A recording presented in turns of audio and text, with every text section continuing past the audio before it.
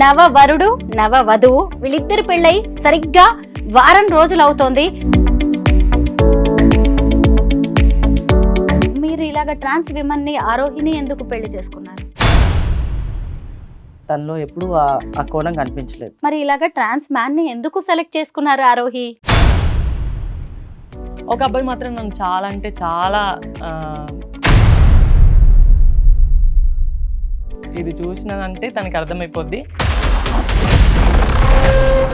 కానీ తను నాకు లైఫ్ ఇచ్చింది. ఒక సంసార జీవితం లాంటిది ఉండవు, ఇలాంటివన్నీ మీకు తెలుసు. ఆ క్లారిటీ ఉన్న తర్వాతే ఇతన్ని మీరు సెలెక్ట్ చేసుకున్నారా? నాకు ఇక పిల్లలు వద్దు, వీళ్ళు ఉన్నారు చాలు, వీళ్ళని ఎందుకంటే ఉమెన్గా మారేటప్పుడు రోడ్ పైకి వచ్చి నాకు అంటే గడ్డాలు మీసాలు రావడానికి, అలాగే వాయిస్ మారడానికి, అలాగే ఇంకా మగ లక్షణాలు మగ అవయవాల కోసం సర్జరీస్ చేయించుకుంటారా? కొంచెం మాకు టిపికల్గా ఉంటాయి కొన్ని సర్జరీస్ వల్ల. మేము కొంచెం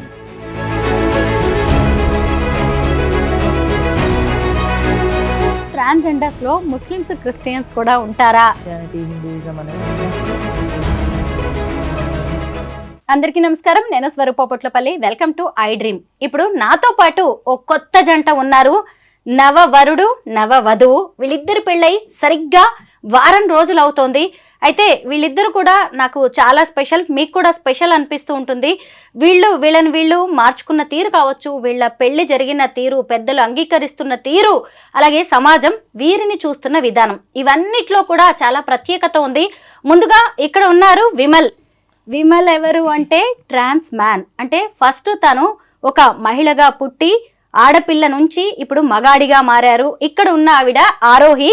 ఆరోహి కూడా ఫస్ట్ అబ్బాయిగా పుట్టారు, ఆ తర్వాత తనలోని మార్పులను తెలుసుకుని తర్వాత అమ్మాయిగా మారారు. అసలు చూశారు కదా ఎంత అందంగా కట్టు బొట్టు చీర, నేను చెప్తే తప్ప ఎవరికి తెలియదు. ఇక్కడ చూడండి, ప్యాంట్ షర్ట్ వేసుకున్న విమల్ మగతనానికి ప్రతీకలాగా ఎంత అందంగా కనిపిస్తున్నారో. ఇప్పుడు ఒక ట్రాన్స్ మ్యాన్, ఒక ట్రాన్స్ విమెన్ పెళ్లి చేసుకున్నారు. వాళ్ళిద్దరూ చాలా సంతోషంగా ఉన్నారు. లైఫ్ లాంగ్ వీళ్ళు ఇలాగే ఉండాలి, హ్యాపీగా ఉండాలని కోరుకుంటూ ఈ ఇంటర్వ్యూని స్టార్ట్ చేద్దాం. ఫస్ట్ మీ ఇద్దరికి నమస్తే. నమస్తే అండి. Congratulations, happy married life. Thank you. ముందుగా మీ ప్రేమ దగ్గర నుంచి నేను ఈ ఇంటర్వ్యూని స్టార్ట్ చేయాలనుకుంటున్నాను. విమల్, మీరు చెప్పండి, ఫస్ట్ ఎప్పుడు చూశారు ఆరోహిని? సెప్టెంబర్ మంత్లో 2021లో చూశాను నేను. తను ఒక మెసేజ్ ద్వారా తను నాకు పరిచయం అయింది. ఆ తర్వాత స్టార్ట్ అయింది. అంటే నేను తనని చూడకముందే తను నన్ను చూసుకుంటూ వచ్చింది. తనే నాకు ప్రపోజ్ చేసింది. ఆల్మోస్ట్ 3 years అవుతుంది ఇప్పుడు. అవును, అమ్మాయిలకి ఈ మధ్య బాగా ధైర్యం వచ్చింది ఇలా ప్రపోజ్ చేయడానికి. ఆరోహి, మీరు ఎప్పుడు చూశారు? మీ ఫస్ట్ పరిచయం ఎప్పుడు ఏర్పడింది? నేను ఫస్ట్ లాక్డౌన్లో నార్మల్గా యూట్యూబ్ చూసేదాన్ని, ఎక్కువ యూట్యూబ్. మీకు తెలుసు నేను యాక్టింగ్ ఫీల్డ్లో ఉంటాను కాబట్టి యూట్యూబ్లో నాకు ఒక చిన్న వీడియో వచ్చింది, ట్రాన్స్ మెన్ ఉంటారని. నాకు అప్పటిదాకా తెలియదు ఒక ట్రాన్స్ మెన్ కూడా ఉంటారా. అవునా, నేను ఒక ట్రాన్స్ ఉమెన్ని, బట్ ట్రాన్స్ మెన్స్ ఉంటారని నాకు అప్పుడే తెలిసింది. బయటకు నేను ఎప్పుడు ఎక్కువ బయటకి వెళ్ళేదాన్ని కాదు, చూసేదాన్ని కాదు. సమాజంలో ఇట్లా కూడా ఉంటారనే విషయం అప్పుడే నాకు తెలిసింది. తర్వాత నేను బాగా ఇంట్రెస్ట్గా అసలు వాళ్ళు ఎలా ఉంటారు, వాళ్ళ విధి విధానం ఏంటి, వాళ్ళు ఎలా మారగలుగుతారు, అసలు మారుతారా నిజంగానే అని చెప్పి అన్ని వీడియోస్ ఓపెన్ చేసి నేను వాళ్ళ గురించి పూర్తిగా తెలుసుకోవడం జరిగింది. ఆ తర్వాత ఒకరోజు మా అత్తయ్య గారు ఉంటారు, ఆశ గారు అని, మా గురువు, ఆవిడ స్టేటస్ పెట్టిందన్నమాట. తను ఎవరితో అంత క్లోజ్గా ఉండదు, ఎందుకంటే తను కూడా మ్యారీడ్. అత్తయ్య తను ఎవరో కొత్తగా అబ్బాయి, తనతో ఎందుకు వీడియోస్ చేసావు అత్తయ్య అది అంటే, తను కాదు, ఇట్లా ఎక్సెట్రా తను ట్రాన్స్ మెన్ అని చెప్పడం జరిగింది. నేను అప్పటికి కొంచెం ఆతృతగా ఉన్నా. నాకు అవునా నిజంగా నాకు అలా ఎదురుపడా నాకు కొంచెం హ్యాపీగా అనిపించింది. బట్ తన పైన ఫస్ట్ ఫీల్ ఏమనిపించలేదు. తన నెంబరు మా ట్రాన్స్ కమ్యూనిటీ వాళ్ళ దగ్గర చాలామంది దగ్గర ఉంది. నేను ఊరికే ఒకసారి తన స్టేటస్ చూపించరా, ఒకసారి తను చూపించరా, తను ఏం స్టేటస్ పెట్టాడు అట్లా అడగడం, అట్లా నాకు తెలియకుండా నేను తను ఇష్టపడడం, లవ్ చేయడం స్టార్ట్ అయింది. తనకి నేను ప్రపోజ్ చేయలేదు. ఫస్ట్ నేను నా సింగిల్గా నేనే వన్ సైడ్ లవ్ చేసా 6 months. 6 months తర్వాత ఒకరోజు బాగా ధైర్యం వేసింది నాకు. అంటే ఏమో లైఫ్లో నేను మిస్ అవుతానేమో, ఒకవేళ తనకు ఒకవేళ గర్ల్ ఫ్రెండ్ ఉంటే నన్ను యాక్సెప్ట్ చేయడేమో, ఒకవేళ లేకపోతే నేను మిస్ అయిపోతానేమో, వేరే వాళ్ళు ఎవరైనా వస్తారేమో అని ఒక ఆలోచన వచ్చింది ఒకరోజు నైట్. నేను ధైర్యం చేసి నెంబర్ తీసుకొని ఎవరు ఏమైనా అనుకొని ఈ సమాజంతో నాకు పని లేదు, నేను మా అమ్మ నాన్న వదిలేసి వచ్చినప్పుడే నాకు అలాంటి ఆలోచనలన్నీ పక్కన పెట్టిన. ఇప్పుడు ఇవన్నిటికీ ఎదిరించే అటువంటి సత్తా నాలో ఉంది అనిపించింది కాబట్టి నేను తనకి కాల్ చేసి మెసేజ్ చేశాను, హలో విన్ను గారు హాయ్ అని చెప్పి నేను మాట్లాడడం జరిగింది. మాట్లాడడం జరిగిన తర్వాత నేను ఒకరోజు తనతోని ఈరోజు మాట్లాడా. నెక్స్ట్ డే రోజు తన రూమ్లోకి వచ్చేసిన. నేను మిమ్మల్ని డైరెక్ట్గా మాట్లాడాలి, ఎందుకంటే ఏదైనా ఫేస్ టు ఫేస్ మాట్లాడితే నమ్మడానికి కొంచెం అదిగా ఉంటుంది. ఫోన్లో ఎంతమంది ఎన్నైనా చెప్తారు తనకి, ఎందుకంటే తను ట్రాన్స్ మెన్ కాబట్టి తనకి ఫ్లోటింగ్ చేసే వాళ్ళు చాలామంది ఉండొచ్చు. కాబట్టి నేను ఫేస్ టు ఫేస్ మాట్లాడితే కొంచెం మా మనసులో ఉన్న ఫీలింగ్స్ ఏంటి అవన్నీ తెలుస్తాయని ఒక చిన్న ఆలోచన. అందుకే తన దగ్గరికి వచ్చా. తను కొన్ని విషయాలు నాతో షేర్ చేశాడు. ప్రతి ఒక్కదానికి నేను ఓకే అని చెప్పా. తనకి నేనే ప్రపోజ్ చేశా ఫస్ట్. తను ఫస్ట్ నన్ను యాక్సెప్ట్ చేయలే. ఒక 2 days నాకు టైం కావాలి అని అంటే, నేను ఇంత అందంగా ఉన్నా నాకెందుకు టైమింగ్ చెప్పడం అనే ఫీలింగ్లో ఉన్నా నేను. ఎందుకంటే నా అంతటా నేను తగ్గి రావడం అనేది చాలా అనిపించింది నాకు. అంటే ట్రాన్స్ ఉమెన్స్ ఎట్లా ఉంటారు అని అంటే ఎవ్వరు తగ్గి చెప్పరు ఎవరికి, వాళ్ళనికనే చాలా మంది పడతారనే ఫీలింగ్లో ఉంటారు. కాబట్టి నేను చెప్పినా కూడా ఈ అబ్బాయి ఏంటి ఇలా ఒకలాగా చేస్తున్నాడు, నన్ను అసలు ఆరోహిణి 2 days అడుగుతున్నాను. నన్ను ఈమె యాక్ట్రెస్ అండి, చాలా వెబ్ సిరీస్ లో యాక్ట్ చేస్తున్నారు, అందుకే నన్ను అనుకున్నాను. నైస్. ఆ కాన్ఫిడెన్స్ కి నేను మెచ్చుకోవాల్సిందే ఖచ్చితంగా. ఆరోహి, మధ్యలో డిస్టర్బ్ చేస్తున్నాను అనుకోవద్దు. సహజంగా అమ్మాయిలు ఎవరైనా నా వెనకబడాలి, 10 సార్లు ప్రపోజ్ చేశాక మెసేజ్లు చేశాక తిప్పించుకోవాలి అనిపిస్తూ ఉంటుంది. అలాంటిది ఇంత వెనకబడ్డారు, నన్ను టైం కావాలని అడిగాడు అని మీకు అనిపించింది కదా. ఏంటి ఇతనిలో ఉన్న స్పెషాలిటీస్? తనలో ఉన్న స్పెషాలిటీ ఏంటో నాకు ఫస్ట్ తెలియదు మేడం. బట్ నేను తన్ని ఇష్టపడ్డా. అంటే 6 months తన్ని కలవకుండా జస్ట్ చూడడం నా వరకు మాత్రమే తెలుసు. తనకి ఏంటో నా గురించి తనకు కూడా తెలీదు. బట్ మిస్ అవుతాను ఒక ఫీలింగ్ నాలో ఉంది కాబట్టి నేను తొందరగా మూవ్ ఆన్ అవ్వాలి తనతో అన్న ఫీల్ నాలో ఉంది కాబట్టి నేను వచ్చేసి చెప్పడం జరిగింది. విమల్ అలియాస్ విన్ను. అయితే సరే, ఈమెను యాక్సెప్ట్ చేయడానికి 2 days అడిగారు కదా, ఎన్ని రోజుల తర్వాత యాక్సెప్ట్ చేశారు? ఏది చూసి ఓకే చేశారు ఈమె లవ్ని? ఫస్ట్ ఆఫ్ ఆల్ తను నాకు సడన్గా మెసేజ్ చేసి నేను పలానా వాళ్ళ కోడల్ని అని చెప్పింది. తను ఎవరైతే ఉన్నారో ఆ అమ్మ నాకు అప్పుడు మంచి ఫ్రెండ్. నేను యాజ్ ఏ యాక్టివిస్ట్గా కమ్యూనిటీలో చాలా ఇయర్స్ నుంచి ఉన్నాను కాబట్టి నాకు ఒక మంచి ఫ్రెండ్. అదేంటి ఎవరో ఇట్లా సడన్గా మెసేజ్ చేసి నా పేరు పలానా, నేను ఇష్టపడుతున్నాను కానీ భయపడుకుంటూ మళ్ళీ ఈ విషయం ఎవరికి చెప్పకండి అనుకుంటూ తను చెప్పింది. అయితే అప్పుడు కొంచెం అందరూ అంటారు, నాకు నిజంగా తెలీదు, నాకు యాటిట్యూడ్ అంటారు, అన్నీ అంటారు, నాకు అదేమి ఉండదు. కాకపోతే ఆ టైంలో ఏంటంటే నేను ఆల్రెడీ కొంచెం అప్పుడే ఒక 2 years వేరే బ్రేకప్ తీసుకొని వేరే వాళ్ళ మీద ఎవరి మీద ట్రస్ట్ లేకుండా ఉండడము, అంటే ఈ లవ్ ఇవన్నీ మనకు వర్కౌట్ అవ్వవు అని. అండ్ కమ్యూనిటీలో సేమ్ టైం నాకు చాలామంది ప్రపోజ్ చేసిన వాళ్ళు ఉన్నారు. ఏంటంటే సరదాగా ఉండాలని, సరదాగా నాతో తిరగాలని, కొన్నిసార్లు కమ్యూనిటీలో కూడా పార్టీస్ జరుగుతాయి, పార్టీస్కి పోవాలని అలా ఉండేవాళ్ళు చాలామంది ఉన్నారు. ఈ అమ్మాయి డీపీ చూస్తే ఫుల్ క్లాస్ మస్తు. ఇప్పుడు ఇంకా తగ్గిందా? అప్పుడు ఇంకా చాలా బాగుండేది. ఎంత ఉందంటే ఇది కూడా మధ్యలో వదిలేసి వెళ్ళే రకమే. సో అలా అని చెప్పి నేను ఎక్కువ ఇంట్రెస్ట్ చూపించలే. కానీ ఎప్పుడైతే తను వచ్చిందో నా మీద డెడికేషన్ ఏదైతే ఉందో, నేను యాక్చువల్లీ అదే రోజు నా ఫ్రెండ్ది బర్త్డే ఉండే. నేను అక్కడ ఉన్నాను, తను వస్తానని చెప్పింది. ఏమన్నా అందరూ వస్తాము తిరుగుదాము అని అనుకుంటారు కదా, తిని కూడా అంతేలే వచ్చి తిరిగి లేకపోతే కలిసి వెళ్దాం అనుకుంటుందేమో అని నేను కూడా క్యాజువల్గా. మా ఫ్రెండ్ వాళ్ళు అప్పుడే నా ఫోన్ వేరే ప్రాబ్లం వచ్చి వేరే దగ్గర రిపేర్కి ఇచ్చాను. ఒక ఫోన్ ఛార్జింగ్ పెడితే ఉంటుంది అనమాట. తిను వచ్చి నాకు కాల్ చేసింది. అన్ఫార్చునేట్లీ ఏంటంటే ఆ రోజు ఇంకా వాళ్ళ ఫ్రెండ్స్ వాళ్ళ ఇంటికి వచ్చింది. అక్కడికి వచ్చి నా దగ్గర రావడానికి ఇదనమాట. నా ఫోన్ ఆఫ్ అయిపోయింది, తిను అనుకుందంట లైక్ అయిపోయింది, తిను అందరిలాగానే టైం పాస్ చేసేలాగా ఉన్నారు అని తను అనుకుంది. నేనేమనుకున్నాను, అందరూ టైంపాస్ చేసేవాళ్ళే ఈ రోజుల్లో, తను కూడా అంతే ఉంటుంది. రాత్రి ఫుల్ కొంచెం డ్రింక్ చేసి ఉన్నాను నేను ఆ రోజు. బర్త్డే పార్టీ నుంచి వచ్చాను ఫాస్ట్గా. ఎక్కడ ఉప్పల్లో ఉన్నాను నేను, అమీర్పేట రావాలి, ఫాస్ట్గా 15 నిమిషాలు వచ్చాను. వచ్చి చూస్తే మంచిగా గ్రీన్ కలర్ చూడీదారు వాళ్ళ ఫ్రెండ్స్ ఇద్దరు వచ్చి డ్రాప్ చేశారు. ఒక సిస్టర్ అండ్ వాళ్ళు వచ్చి డ్రాప్ చేసా, చూశాను ఇదేంటి ఎంత బాగుంది, నిజంగానే బాగుంది అనుకున్నాను మనసులో. తర్వాత రోడ్ మీద ఎక్కడ ఆ టైంలో ఎక్కడ తీసుకెళ్ళడం ఇది లేక నేను బ్యాచులర్ రూమ్ ఉండే, అక్కడికి వెళ్ళి నువ్వు వీడియోలో చూసే, అంటే వీడియోలో నేను చాలా బాగా ఇంకా బాగా కనిపిస్తాను కానీ ఎదురుగా నేను అంత ఏం బాగోను అని కొంచెం కన్వర్జేషన్స్ మాట్లాడుకుంటూ ఉంటే, ఈ లవ్ గివ్ నాకేం వర్కౌట్ అవ్వవు, నువ్వు కూడా అందరిలాగే అనుకున్నాను. ఫుల్గా ఇంకా డ్రింక్లో ఉన్నాను కాబట్టి ఇంకా ఫుల్గా చెప్పాను అన్ని విషయాలు నా గురించి, A to Z ఏం జరిగింది, ఎందుకు ఇన్ని రోజులు ఖాళీగా ఉన్నాను, రిలేషన్కి యాక్సెప్ట్ చేయట్లేదు అన్నీ చెప్పాను. టైం తీసుకున్నాము. 2 days తర్వాత కొంచెం మాకు తెలిసిన ఫ్రెండ్స్ ఉన్నారు, వాళ్ళ దగ్గరికి తీసుకెళ్ళి టెంపుల్కి వెళ్ళి వచ్చేటప్పుడు ఐ లవ్ యూ అని నేను చెప్పాను మళ్ళీ. అయితే 3 years అలాగా ప్రేమలోనే ప్రయాణించారు మీరిద్దరు, ప్రేమ ఉంది, ఫైటింగ్స్ అయ్యాయి. ఈ లాస్ట్ వాళ్ళ దగ్గరికి ఎప్పుడు వెళ్ళింది మీ లవ్ స్టోరీ? చాలా సార్లు వెళ్ళింది యాక్చువల్లీ, చాలా గొడవలు జరిగాయి మా ఇద్దరికి కూడా, చాలా అంటే చాలా. ఇంకా అయిపోయింది, ఇంకా తన దారి తను, నా దారి నేను అని. లాస్ట్ 6 months మా మ్యారేజ్కి ఒక 1 week బిఫోర్ కూడా మేము మళ్ళీ జీవితంలో కలుస్తామనే ఆశ తనకు లేదు, నాకైతే కాన్ఫిడెంట్ ఫుల్గా ఉంది.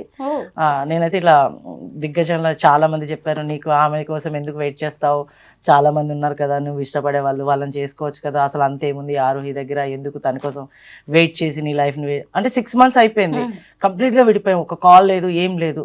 నేను కూడా తనకి ఒక వాయిస్ మెసేజ్ పెట్టి, నీకు ఎప్పుడు రావాలనిపిస్తే అప్పుడు రా, నేను వెయిట్ చేస్తా, ఇంకొకరైతే నా లైఫ్లో రాదు, అదొక ఇది చెప్పేసి నేను రిలాక్స్గా నా పని నేను, నా వర్క్ నేను, నా లైఫ్ కొంచెం ఫోకస్ చేయడము అలా చేయడం స్టార్ట్ చేస్తాను. తన ట్రాక్లో తను చేసుకుంటూ తను కూడా చాలా ఇబ్బందులు పడింది, బట్ అవన్నీ జరిగాయి. సడన్గా మళ్ళీ కలిసాము. ఇది వెయిట్ చేయకూడదు, ఈ మూమెంట్ని వేస్ట్ చేయకూడదు, ఇంకా మనం ఏదైనా స్ట్రాంగ్ స్టెప్ తీసుకోవాలని ఇమీడియట్లీ ముందు రోజు ముహూర్తం తీపిచ్చాము. నెక్స్ట్ 2 daysలో మ్యారేజ్ చేసుకున్నాం. మీ పేరెంట్స్ ఒప్పుకున్నారా? మా అమ్మకి తెలుసు, మా పిన్నికి తెలుసు, అందరికి తెలుసు. కానీ నాకు ఇంట్లో కొన్ని ప్రాబ్లమ్స్ ఉన్నాయి, దానివల్ల వాళ్ళు రాలేకపోయారు. బట్ వాళ్ళకి నేను ఎలా అయినా హ్యాపీగా ఉండడం కావాలి, దాన్ని డిస్టర్బ్ చేయరు వాళ్ళు. మీ పేరెంట్స్ ఒప్పుకున్నారా? ఎప్పుడు జరిగింది పెళ్ళి, ఎక్కడ జరిగింది? టెంపుల్లో జరిగింది. మాకు ఈ రోజుకి కరెక్ట్గా వారం, ఇదే గురువారం జరిగింది మాకు. పేరెంట్స్కి అందరికీ ఓకే తెలుసు, బట్ వాళ్ళు రావడానికి కొంచెం రాలేకపోయారు. ఎందుకంటే ఫ్యామిలీ పర్పస్లో తనే అట్లా మారిందంటే మళ్ళీ కూర్చుండి వాళ్ళని తనకి కన్యాదానం చేసి పెళ్లి చేయడం అనేది ఒక ఫీల్ ఉంటుంది ఎవరికైనా, బయట ఏమంటారో సమాజం అట్లా అని. ఇంకా తన గురించి మా అమ్మ వాళ్ళకి తెలుసు, మా డాడీకి తెలుసో అని నేను అనుకుంటున్నా. మేబీ మా అమ్మని మాత్రం ఒప్పించుకొని మ్యారేజ్ చేసేసుకున్నా. విన్ను, మీరు చెప్పండి, మీరు ఒక ట్రాన్స్ మ్యాన్ కదా, మీరు మామూలుగా ఒక నార్మల్ విమెన్ని పెళ్లి చేసుకోవాలి అనుకుంటారు, మీరని కాదు కొంత మీలా ఉన్నవాళ్ళు. అయితే మీరు ఇలాగ ట్రాన్స్ విమెన్ని, ఆరోహిని ఎందుకు పెళ్లి చేసుకున్నారు? నేను అంటే తను ట్రాన్స్ అని ఇప్పటి వరకు కూడా ఎప్పుడు కూడా నేను తను సరదా కూడా నువ్వు ఇలా అని నేను అన్నమాట, అంటే నువ్వు ట్రాన్స్ అని కానీ లేకపోతే, ఎందుకంటే నాకు తనలో ఎప్పుడు ఆ కోణం కనిపించలేదు. గొడవ వచ్చినప్పుడు సాధారణంగా ప్రతి ఒక్కళ్ళు అన్ని విధాలుగా తిట్టుకుంటాము, అది కామన్. బట్ నార్మల్గా ఎప్పుడు కూడా నేను సరదా కూడా నువ్వు ట్రాన్స్ అంటే వేరే వర్డ్స్ వాడతారు కదా, అలాంటివి నేను వాడను. ఎందుకంటే నాకు కావాల్సింది ఏంటి, నాకు ఒక పార్ట్నర్ కావాలి, ఎవరు నన్ను అర్థం చేసుకుంటారు. ఒక అమ్మాయితో నేను ఆల్రెడీ ఇంతకుముందు నా పాస్ట్లో చూశాను, అది నాకు ఫిక్స్ కాలేదు. కానీ ఇప్పుడు నేను ప్రజెంట్ తిన దగ్గర నాకు ఏ లోపం కనిపించలేదు. అంటే ఒక అమ్మాయికి కావాల్సింది ఏంటి, నన్ను కేర్ చేయడం, నాకు టైంకి నేను ఎక్కడున్నానని తెలుసుకోవడం, నేను ఆఫీస్ నుంచి వస్తే నాకు ఫుడ్ రెడీ చేసి పెట్టడం, నా హెల్త్ బాగోకపోతే నన్ను కేర్ చేయడం, అవన్నీ తన దగ్గర నేను చూసాను.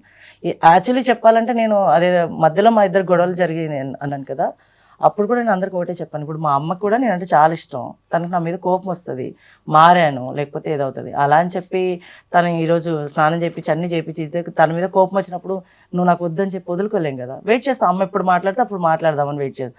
అలాగే నేను తన కోసం ఈ 6 months వెయిట్ చేశాను. ఆరోహి, నేను మిమ్మల్ని ఇంటర్వ్యూ కోసం కాల్ చేస్తే మా వైఫ్ని అడిగి చెప్తాను అని చెప్పేసి అన్నాడు అనమాట. నాకు భలే అనిపించింది, భార్య అనే దాన్ని తను భలే నొక్కి చెప్పాడనమాట. నాకు అది ఇప్పటికీ గుర్తుంది. ఈరోజు మార్నింగ్ కూడా అన్నట్టున్నారు తను. అయితే మీరు ఒక ట్రాన్స్ విమెన్ కదా, సాధారణంగా ఉండేక అబ్బాయినే పెళ్లి చేసుకోవాలనుకుంటారు చాలామంది, మీలాంటి వాళ్ళు చాలామంది నుంచి ప్రపోజల్స్ వచ్చే ఉంటాయి, వెనకబడి ఉంటారు. మరి ఇలాగ ట్రాన్స్ మ్యాన్ని ఎందుకు సెలెక్ట్ చేసుకున్నారు ఆరోహి? నా లైఫ్లో కూడా కొన్ని జరిగినాయి, అన్ని విధాలుగా దెబ్బ పడే ఇక్కడ దాకా వచ్చాను ఒక అబ్బాయితో.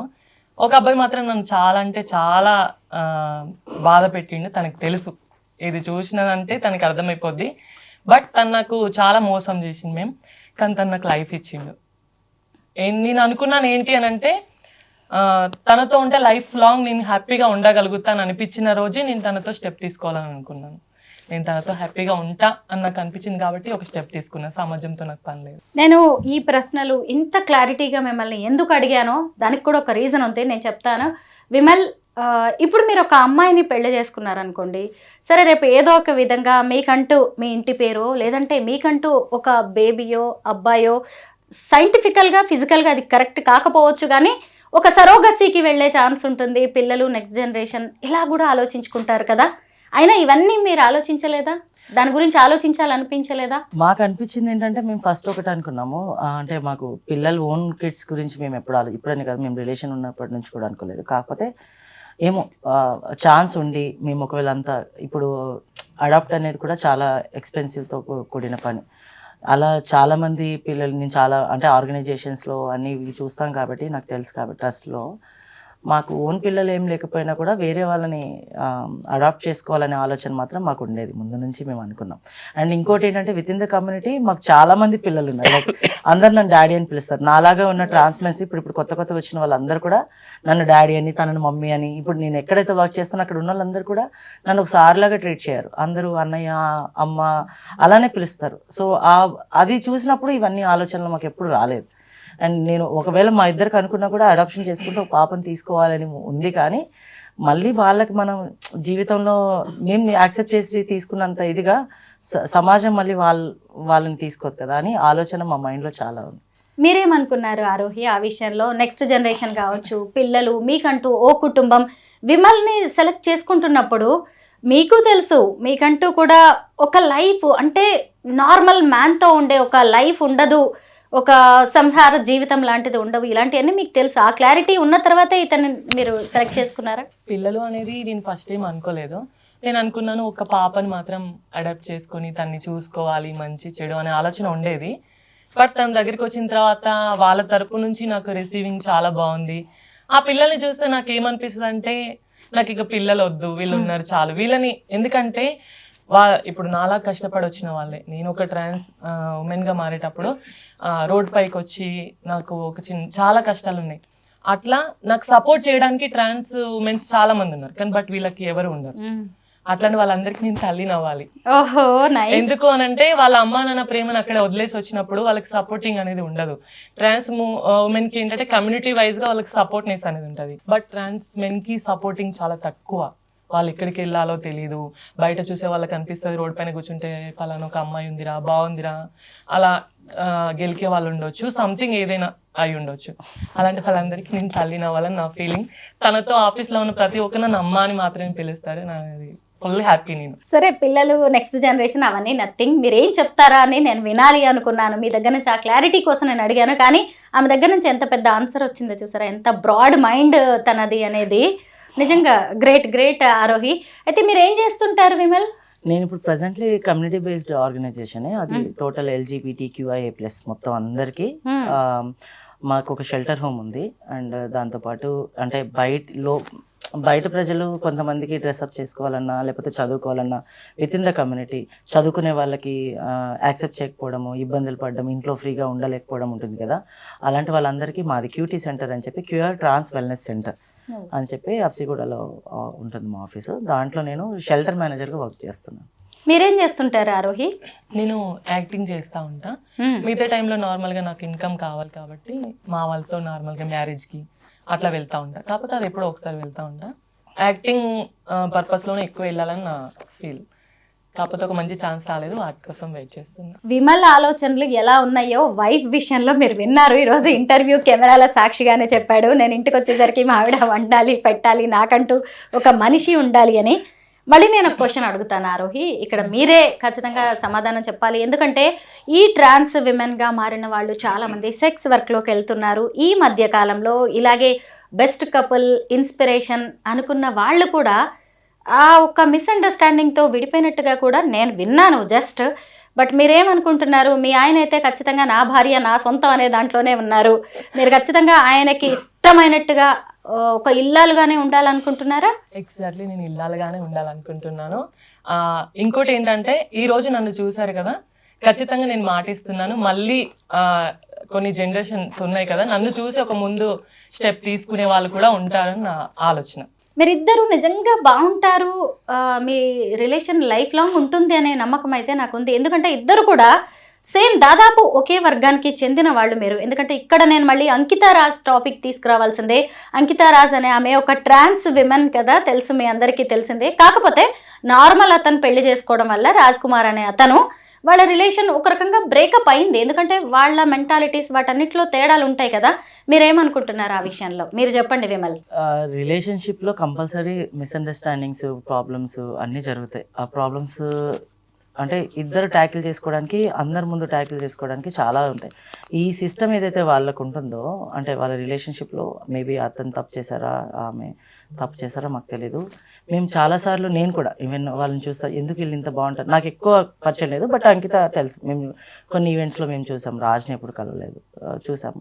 వీళ్ళు ఇంత ఇదిగా చేసుకున్నారు మ్యారేజ్, హ్యాపీగా ఉంటారని అనుకున్నాము. బట్ ఏం జరిగిందని తెలియదు. కొన్ని పర్సనల్గా, అంటే వాళ్ళ పర్సనల్ విషయాలు మనం బయట మాట్లాడకూడదు, బట్ అది కొంచెం హర్టింగ్. కాకపోతే మా విషయంలో నేను ఒక 100% షూర్గా నేను ఒక విషయం చెప్పగలను. ఏంటంటే ఇవన్నీ గొడవలు మా మ్యారేజ్కి ముందు చాలా గొడవలు జరిగాయి. నేను ఇక్కడ కూర్చొని ఇప్పుడు ఏమి తను సైలెంట్గా కూర్చుంది, కానీ చాలా వైలెంట్. ఎలా అంటే ఈవెన్ నేను ఎవరిని చూడనని తనకు తెలుసు, అయినా కూడా వేరే వాళ్ళు నన్ను చూసినా కూడా అది నా తప్పే అని చాలా కష్టం. కానీ పర్లేదు, నాకు ఆ పొసెసివ్నెస్ కావాలండి. ఆ పొసెసివ్నెస్, ఒక మగవాడికి ఆ పొసెసివ్నెస్ లేకపోతే ఆ మనిషి ఎప్పుడు పాడైపోతాడు. ఆ కేరు, ఆ అనుమానము అనేది కొంచెం వైఫ్కి లేకపోతే మనకు భయం లేకుండా నిజంగా ముందు ఏమనట్లేదు కదా అని చెప్పి ఇంకోరిని ఫ్లడ్ చేయడము, మాట్లాడడము, అవన్నీ ఆటోమేటిక్గా మగవాళ్ళు చెప్తాయి. కానీ నేను ఎక్కువ ఏం చేయను, కానీ తను నన్ను చూసిన ప్రతిసారి ఎవరైనా, నేను ఆటోమేటిక్గా ఎక్కడో చూసినా కూడా ఎవరైనా కనిపించారా అని అడుగుతుంది. ఎందుకు అంటే తనకు తెలుసు చాలా మంది విత్ ఇన్ ద కమ్యూనిటీ, బయట అమ్మాయిలతో ఎక్కువ ఈ ప్రాబ్లం రాదు, కానీ విత్ ఇన్ ద కమ్యూనిటీకి నేను చాలా క్లోజ్. అంటే ఏదైనా ప్రాబ్లం వచ్చినా, ఏదైనా నేను ఉండే పొజిషన్లో ప్రాబ్లం వచ్చినా, కష్టం వచ్చినా, ఏదొచ్చినా నాకు ఫోన్ చేస్తారు ఎనీ టైం. నేను వాళ్ళతో మాట్లాడాల్సి వస్తుంది. కొంతమంది మంచిగా మాట్లాడతారు, కొంతమంది కావాలని. ఈ కమ్యూనిటీలో ఇది కూడా ఉంటుంది, ఇద్దరు మంచిగా ఉంటే కొంతమంది వేరే వాళ్ళని చెడగొట్టాలనే బుద్ధి అన్నిట్లో, అది జనరల్ పీపుల్లో కూడా ఉంటుంది కదా, ఒక అబ్బాయి అమ్మాయి విషయంలో కూడా ఉంటుంది. అలాగే మా విషయంలో కూడా అలా జరిగాయి. అవన్నీ ప్రాబ్లమ్స్ ఫేస్ చేసి, అవన్నీ గొడవలు ఇచ్చేసుకొని 6 నెలలు మేము అంతకుముందు కొన్ని రోజులు దూరం ఉన్నాం. తర్వాత ఈ 6 నెలలు దూరం ఉండి తనకు మొత్తం, ఇప్పుడు నేను వచ్చి మళ్ళీ మేమిద్దరం కలిసిన తర్వాత కూడా డిసైడ్ అయింది ఒకటే, నా గురించి నువ్వు కానీ, నీ గురించి నేను కానీ అన్నీ ఓపెన్గా ఉంటాం. నీ ప్రొఫెషనల్లో నేను అడ్రాను, నా ప్రొఫెషన్లో నువ్వు అడ్రాకు. 6 o'clock వరకు నేను ఏం చేసినా నువ్వు అడుగు. ఆఫ్టర్ 6 నువ్వు నీ పని ఏంటి, నువ్వెక్కడున్నావు అని నేను అడుగుతా, నేను ఎక్కడున్నాను నువ్వు అడుగు. అవన్నీ క్లియర్గా మాట్లాడుకొని ఏ మిస్అండర్స్టాండింగ్ రాకూడదని చెప్పి డిసైడ్ అయ్యి ఈ స్టెప్ తీసుకున్నాం. ఆరోహి, ట్రాన్స్ విమెన్ ని చాలా మంది కూడా డబ్బు కోసం, ఎంజాయ్మెంట్ కోసం, ప్రేమ పెళ్లి పేరుతో దగ్గర అవుతున్నారు, కొన్నాళ్ళు వాళ్ళతో ఉంటున్నారు, వాళ్ళకు కూడా ఆశలు కల్పిస్తున్నారు, వెళ్ళిపోతున్నారు. అయితే ఇప్పుడు మీకు కూడా ఒక అతను మీకు ప్రేమ పేరుతో దగ్గర అయ్యారు, ఇలాంటి వాళ్ళని నమ్మొద్దు అనుకున్నారు అని చెప్పారు కదా. మీ కమ్యూనిటీ చాలా ఎక్కువగా ఫేస్ చేస్తున్న ప్రాబ్లం ఇదే, ముఖ్యంగా ప్రేమ రాహిత్యం. ఎవరైనా కాస్త వెనకబడితే చాలు, ఇష్టంగా చూస్తే చాలు, దానికోసమే కదా ఇంత కష్టాలు పడి మీరు అసలు సృష్టికే ప్రతిసృష్టి చేయించి మిమ్మల్ని మీరు ఇలా మార్చుకుంటారు. ఏమనిపిస్తూ ఉంటుంది? మీరు ఎలా జాగ్రత్తగా ఉండాలంటారు ఈ విషయాల్లో? నేను అందరు ట్రాన్స్ ఉమెన్స్కి చెప్పేది ఒకటే, ప్రేమ అనేది వాళ్ళు ప్రేమించినప్పుడు మనకు ఒక నటన అనే చిన్న విషయం మనకు అక్కడ క్లారిటీగా తెలిసిపోతుంది. ఎందుకంటే బాగా కేరింగ్ చూపించేవాడు ఎప్పుడు క్లారిటీగా ప్రేమించాడు క్లియర్గా. ఎందుకు అంటే అదొక్కటి మనం అర్థం చేసుకుంటే సరిపోతుంది. అట్లా ప్రేమించి లైఫ్ని ఆగం చేసుకున్న వాళ్ళు ఉన్నారు, సూసైడ్ చేసుకునే వాళ్ళు ఉన్నారు, ప్రతి ఒక్కరు ఉన్నారు. బట్ మీకు ఒక నమ్మకం అనేది ఉంటుంది, మనల్ని ప్రేమించి దగ్గరికి వచ్చినప్పుడు నమ్మకం అనేది ఖచ్చితంగా ఉంటుంది. కానీ ఆ నమ్మకం ఎంతలో వరకు ఉంటే అంత బాగుంటుందని నా ఫీలింగ్. చెప్పగానే తొందరగా నమ్మడం, ప్రేమ అనగానే దాన్ని తొందరగా అట్రాక్ట్ అయిపోవడం, ఇలాంటివన్నీ ఎందుకు చేస్తారు అని అంటే, అమ్మ ప్రేమ చాలా దూరం, ఫ్యామిలీ పర్పస్లో ప్రేమ దూరం. అలాంటి ఒక వ్యక్తికి ఒకరిని నేను ప్రేమిస్తున్నాను, మిమ్మల్ని మీతో నేను లైఫ్ లాంగ్ ఉండాలనుకుంటున్నాను, అదే నిజమేమో అని చెప్పి నమ్మి ఒక స్టెప్ తీసుకుంటారు.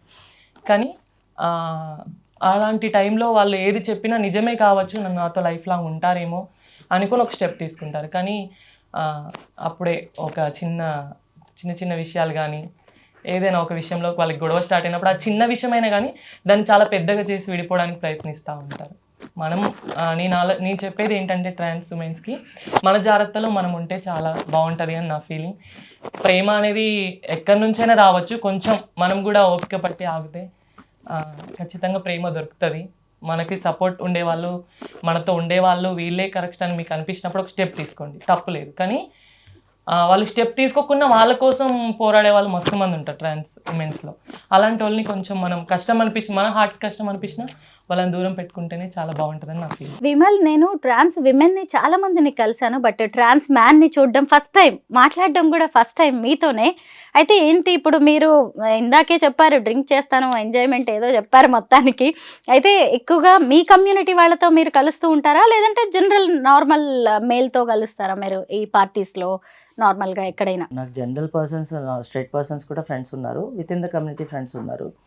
నేను ఇద్దరితో అంటే వాళ్ళతో వీళ్ళతో రెండింటితో కూడా టైం స్పెండ్ చేస్తాం. లైక్ ఎప్పుడో వీకెండ్స్ కానీ, లేకపోతే నాకు వర్క్స్ లేకపోతే ఏదైనా బర్త్డేస్ కానీ అందరూ ఉన్నారు. అంటే స్ట్రైట్ పర్సన్స్ ఉన్నారు, ఇటు ఉన్నారు. అందరూ కూడా నన్ను ఎక్కడ కూడా నువ్వు ఇలా మారావు అన్నట్టుగా నన్ను ఎవరూ ట్రీట్ చేయరు.